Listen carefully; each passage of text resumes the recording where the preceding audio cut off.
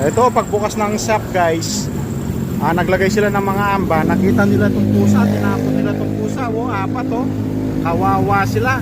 Siguro ngayon lang halos tinapon itong pusa na to. Yan oh, apat. Kawawa sila.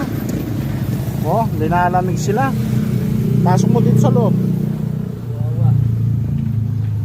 Ewan ko kung anong ipapakain namin dito. Dumededi pa itong mga pusa na to. Dito, palagay ko dito lang yung mga nagtapon ng ano na to, yung mga pusa na to. Hindi pa kayang buhayin yung ano ng mga to. Hindi pa kayang buhayin yung sarili nila. Yan oh. Kawawa yung mga pusa. Oh, si Balat kumakatapos na kumain ng cat food.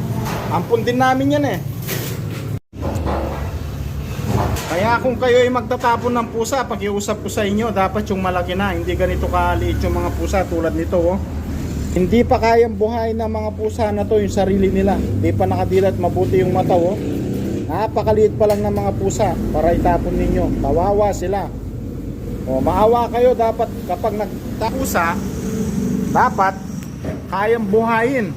Pagbukas ng shop dito, kanina Mark, doon sa tabi ng poste na yun, tinapon yung pusa malapit sa shop namin, sa shop.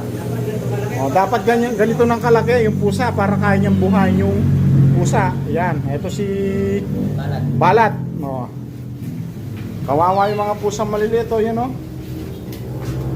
Yan, pakiusap ko, huwag kayo magtapon ng pusa na mas maliliit.